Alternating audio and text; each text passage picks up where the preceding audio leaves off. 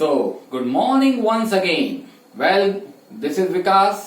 दोस्तों, सभी के मन में बहुत सारे डाउट्स हैं इस नए फॉर्मेट को लेकर एग्जाम के। जब से आरजीपीवी का लेटर आया है, students are really very bothered. चलिए, एमसीक्यूज की तैयारी कैसे करना है अपन तैयारी करते हैं। देखो, सिंपल सी बात समझ लें, आप यदि ऑब्जेक्टिव टाइप आंसर को याद करने की कोशिश करेंगे तो आप बिल्कुल भी नहीं कर पाएंगे। उसका रीजन ये है कि हम वर्ड याद नहीं कर सकते, हम एक वन लाइनर याद कर सकते हैं। तो चलिए, आज अपन उसी तरीके से कुछ पढ़ते हैं। एग्जैक्टली आपकी तैयारी एमसीक्यू के कंसेप्ट को ध्यान में रखते हुए ही कराई जा रही है। बस आपको करना क्या है, इसको समझें। आपको अच्छी तरह इस वीडियो को ध्यान से सुनना है। यदि आप चाहें नोट डाउन करना तो चीजें नोट डाउन कर लें, वरना इसी को बार बार प्ले कर लें, नो प्रॉब्लम इज देयर ना। सिंपल सी बात है। बेसिकली एमसीक्यूज क्या हैं? जो अभी तक चीजें हम माइनर चीजें छोड़ देते थे, बेसिकली एमसीक्यू उस पे ही बनते हैं। एक्चुअली होता वो आपकी डिस्क्रिप्टिव का ही छोटा सा पार्ट है।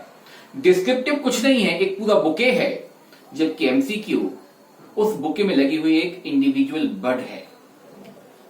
कंसेप्चुअली देखा जाए तो एमसीक्यूज कंसेप्ट्स होते हैं या वो फंडामेंटल बेसिक होता है जिससे हम डिस्क्रिप्टिव की तैयारी करते थे।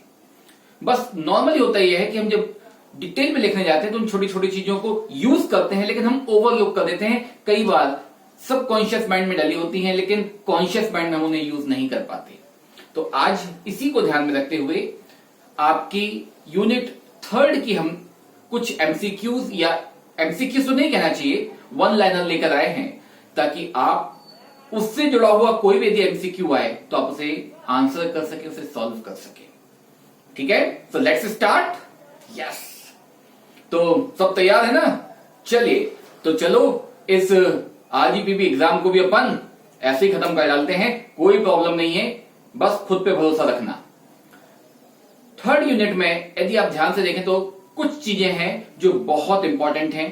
लाइक एमसीक्यू के कॉन्सेप्ट से बात कर रहे हैं हम। Barriers, 7 C's of communication, process of communication, non verbal communication, no doubt कुछ हद तक रिटन और ओरल भी, लेकिन जो एमसीक्यूज बनते हैं वो इसमें बहुत ज्यादा बनते हैं या बन सकते हैं। Clear? So let's move. 7 C's of communication. ये क्वेश्चन इस तरह से आ सकता है कि आपको उन्होंने 4 ऑप्शन दे दिए और क्वेश्चन है कि which is not the part of the 7 C's of communication. 3 सही हैं, एक कुछ भी सी से कोई वर्ड उठाकर दे दिया। क्लियर? या फिर यहां पे एक बात ध्यान से समझें, कभी कभी जैसे एक पहले तो ये ध्यान देख लेते हैं 7 C's होते कौन कौन से हैं। 7 C's ऑफ कम्युनिकेशन नाम से स्पष्ट है, ये सभी 7 चीजें सी से स्टार्ट होने वाली हैं। कंप्लीटनेस, कंप्लीटनेस मींस पूर्णता।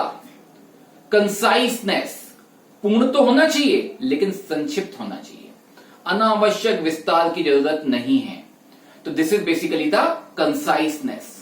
क्लैरिटी, करेक्टनेस, कॉन्क्रीटनेस माने जो भी है ठोस हो, कंसिडरेशन और कर्टसी। अब यहां पर थोड़ा सा आपको समझने की जो जरूरत है वो ये कि अब जैसे एक वर्ड आया कंसिडरेशन, अब कंसिडरेशन में हो सकता आपको कोऑपरेटिवनेस आ जाए, सिनोनिम्स हो सकते हैं, क्योंकि कुछ बुक्स में कोऑपरेटिवनेस भी दिया हुआ है। तो ये जो सिनोनिमस जो वर्ड आते हैं जो सी से हो वो मान सकते हैं आप। लेकिन अब जैसे आ जाए कि एक वर्ड दे दिया कंप्लीटनेस, एक दे दिया कंसाइसनेस, एक दे दिया क्लैरिटी और एक दे दिया क्लीनलीनेस। अब क्लीनलीनेस तो सफाई है, क्लैरिटी स्पष्टता है, cleanliness is not the part of 7 C's of communication. इस चीज को आपको विशेष तौर पर ध्यान रखना है। तो 7 C समझ में आए ना कि कौन कौन से 7 C हैं। अपन बहुत ज्यादा डिटेल नहीं पढ़ने वाले हैं, अपन कंसेप्चुअली चल रहे हैं और शॉर्ट में चीजों को समझने की कोशिश करते हैं। अब आते हैं अगला जो टॉपिक है वो बहुत इंपॉर्टेंट, वो है बैरियर्स। इससे बहुत सारे क्वेश्चंस निकल सकते हैं। बैरियर्स क्या हैं? सबको पता है बैरियर्स क्या हैं। रोड पे जाके वो नाके वाके देखे ना, चुंगी नाका, they are the barriers. Barrier का अर्थ होता है अवरोध। जो आपकी कम्युनिकेशन में अवरोध हैं, they are called the barriers. Barriers बहुत सारे हैं जो अपन के एमसीक्यू के एग्जाम के कंसेप्ट से या एग्जाम के कंसिडरेशन को लेते हुए जो अपन को पढ़ना है अपन उस पर बात करते हैं। पहला है फिजिकल बैरियर। अब आपसे ये नहीं है कि कौन कौन से बैरियर हैं, ये नॉर्मली इतना इजी भी नहीं करेंगे कि इनमें से 4 ऑप्शन दे दिए, 3 सही दे दिए कि कौन सा बैरियर है कौन सा नहीं है। इसको ऐसे समझें, क्वेश्चन ऐसा आ सकता है कि if you go to attend a seminar and you are not able to see the speaker because of the poor light arrangement, which barrier is this? Poor arrangement of light. ये कौन सा barrier है? This is physical barrier. अब यहां पर आपको जो समझने का है वो इसको थोड़ा सा अलग तरीके से आपको समझने की जरूरत है, ठीक है ना। तो हमें ये देखना है कि फिजिकल बैरियर क्या क्या है। जैसे the barrier that is due to noise, disturbance in telephone lines. हाँ, आप बात करते हो टेलीफोन लाइन में कुछ प्रॉब्लम है, आप कहते हैं कि आवाज कट रही है। बेसिकली वो कटती नहीं, क्रैक होती है, ठीक है ना। That is called cracking the sound, cracking the voice. फिर पुअरली लिट प्लेस, माने लाइट अपर्याप्त है। बेड जैसे हम कहें कि आपको हमने फोटोकॉपी दी पढ़ने के लिए लेकिन उसकी जो प्रिंटिंग वो प्रॉपर नहीं आई, तो these all are the physical barriers. अब कहना सर फोटोकॉपी, यस यार, रिटन कम्युनिकेशन भी तो है दोस्त।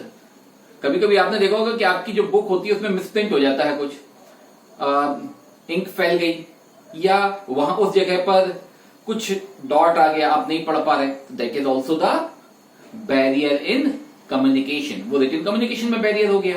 तो अल्टीमेटली ये सभी क्या हैं? They are the barriers in written communication और ओरल कम्युनिकेशन, चाहे वो कहीं भी हो, but they are all are physical barrier.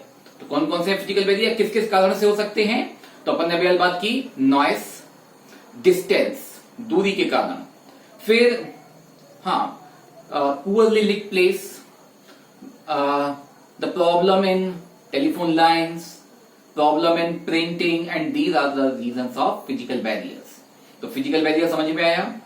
Question यदि आ जाए कि फिजिकल बैरियर हो सकता है, भाई आपको थीम वाले क्वेश्चन दे दिए जाए कि जैसे अगला एक एग्जांपल और ले लेते हैं अपन कि आप किसी ऑर्गेनाइजेशन में जॉब करते हैं और वहां पे जो भी इंफॉर्मेशन का फ्लो है वो प्रॉपर नहीं है, उस कारण से कौन सा बैरियर होगा या वो किस बैरियर के कारण है? That is basically the organisational barrier. अब ऑर्गेनाइजेशनल बैरियर कैसे होता है या क्या क्या है रीजन ऑर्गेनाइजेशनल बैरियर का? जैसे हमने कहा रूल्स एंड पॉलिसीज, किसी भी ऑर्गेनाइजेशन की रूल्स एंड पॉलिसीज। दूसरा हायरार्की, जो हमारा लेवल है वो। फिर flow of information, organisational structure, बड़ा कॉम्प्लिकेटेड सा स्ट्रक्चर है, ये सभी कहलाते हैं ऑर्गेनाइजेशनल बैरियर। अब इसमें एक और वर्ड हमें बार बार दिमाग में स्ट्राइक कर रहा है, पहले आपको बता ही देते वरना वो परेशान करता रहेगा। ग्रेपवाइन कम्युनिकेशन किस तरह की कम्युनिकेशन है? नॉर्मली हर ऑर्गेनाइजेशन में ये मिलती है, वो ऑर्गेनाइजेशनल बैरियर से ही वो वर्ड आया है। बेसिकली ग्रेपवाइन कम्युनिकेशन एक इनफॉर्मल टाइप ऑफ कम्युनिकेशन होती है। This is informal type of communication, grapevine communication. ये वो वाली वाइन नहीं है, हाँ। दिस इज ग्रेपवाइन मीन्स अंगूर का गुच्छा। जैसे अंगूर के गुच्छे में कोई व्यवस्थित क्रम थोड़ी है अंगूरों के लगने का, तो वैसे ही किसी ग्रेपवाइन कम्युनिकेशन में जो कम्युनिकेटर्स हैं वो अव्यवस्थित तौर पर हो सकते हैं और इनसे जो कम्युनिकेशन का फ्लो होता है that is grapevine communication. This is the informal type of communication. Clear? तो ऑर्गेनाइजेशन में ही होती है, इसलिए आपको ये बता दिया हमने। वो दिमाग में बार बार ठोकर मार रहा था, it was keep on knocking my brain. ठीक है, अगले पर आ जाए, लेट्स कम। चलिए फिर से अभी हम आपसे कहते कि it was just keep on knocking my brain. Sir brain में कोई दस्तक देता है क्या?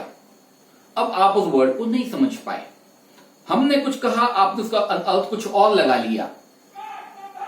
तो ये कौन सा बैरियर है? Basically this is called the semantic barrier. Basically semantic barrier word के अलग अलग मीनिंग से होता है, ठीक है ना। वर्ड का अलग अलग बहुत सारे मीनिंग हो सकते हैं। हमने किसी और अर्थ में आपसे कुछ कहा, आपने उसे किसी और अर्थ में ले लिया, ठीक है। फिर technical jargons, very uncommon terminology, uncommon use of words. भाई जैसे हम कहें क्या, your condition is really atrocious. अब एट्रोशियस वर्ड आपके लिए कॉमन नहीं है। अब आप परेशानी की एट्रोशियस क्या है? तो this is basically the semantic barrier. अब ये सिमेंटिक बैरियर मिसप्रोनाउंसिएशन से भी हो सकता है। मिसप्रोनाउंसिएशन मीन्स वर्ड का प्रोनाउंसिएशन कुछ और है। जैसे वर्ड प्रोनाउंसिएशन की बात करें तो प्रोनाउंसिएशन कहलाता है, प्रोनाउंसिएशन नहीं कहलाता है। And if somebody is saying pronunciation, तो then this is a semantic barrier. Clear? समझ में आया? अपन ने कौन सा बैरियर पढ़ा? पहला हमने पहले पढ़ा फिजिकल बैरियर, दूसरा पढ़ा ऑर्गेनाइजेशनल बैरियर, तीसरा पढ़ा सिमेंटिक बैरियर, और चौथा है साइकोलॉजिकल और socio psychological barrier. Socio psychological barrier और साइकोलॉजिकल बैरियर मोर और लेस थोड़े से आपस में जुड़वा भाई की तरह हैं, जहां पर आपकी family brought up, set mindset, surroundings, आपकी एजुकेशन, आपकी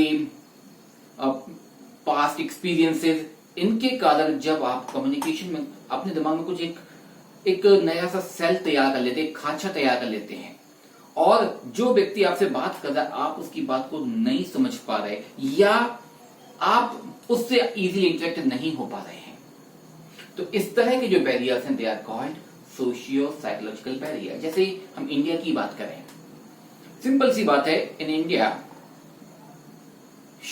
shaking hands of the elderly lady is usually not found in Indian society.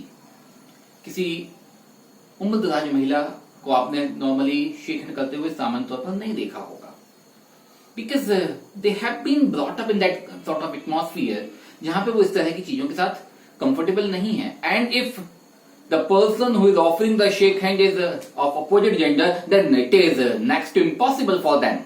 क्यों? क्योंकि समाज में, जिस समाज में वो बड़ी हुई हैं, उसने इस तरह के कम्युनिकेशन में एक बैरियर खड़ा कर दिया है उनके सामने, जिसके कारण वो कंफर्टेबल नहीं है shaking the hands with the opposite gender.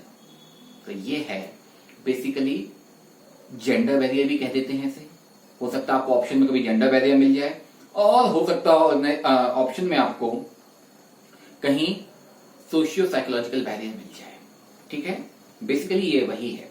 So this is related to 7 C's and barriers of communication. दोस्त बहुत ज्यादा बड़ा एक साथ नहीं ले रहे हैं हम आपको, ताकि आप एक बार जब देखें तो पूरा देखें और अच्छी तरह से समझें। दोस्त इस चैनल को सब्सक्राइब कर लें, क्योंकि अगली कुछ वीडियोस हमारे सिर्फ आपके एमसीक्यूज पर ही आने वाले हैं, ताकि आप किसी भी, चाहे वो आरजीपीवी का एग्जाम हो, चाहे किसी भी कॉम्पिटिटिव एग्जाम में बैठे, जहां पर कम्युनिकेशन से जुड़ी हुई चीजें आने वाली हैं, they are going to be very helpful for you. So then hope कि आज आपने जो पढ़ा वो आपको समझ में आया। चलिए तो जल्दी अपन सेकंड पार्ट के साथ आएंगे इसके। By the time have a very good day, enjoy yourself.